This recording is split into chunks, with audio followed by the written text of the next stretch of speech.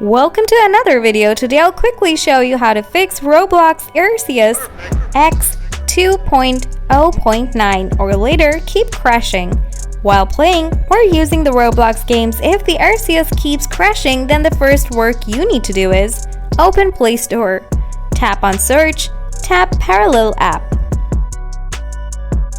tap on Install, tap Open, tap Agree, tap OK, tap Allow, tap Add. Now add your Roblox game.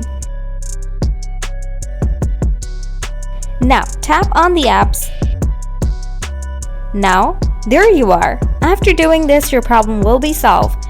But if you still have the same issues, then tap and hold the Roblox.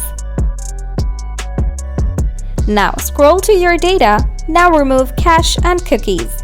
After doing all the process, your problem will be solved.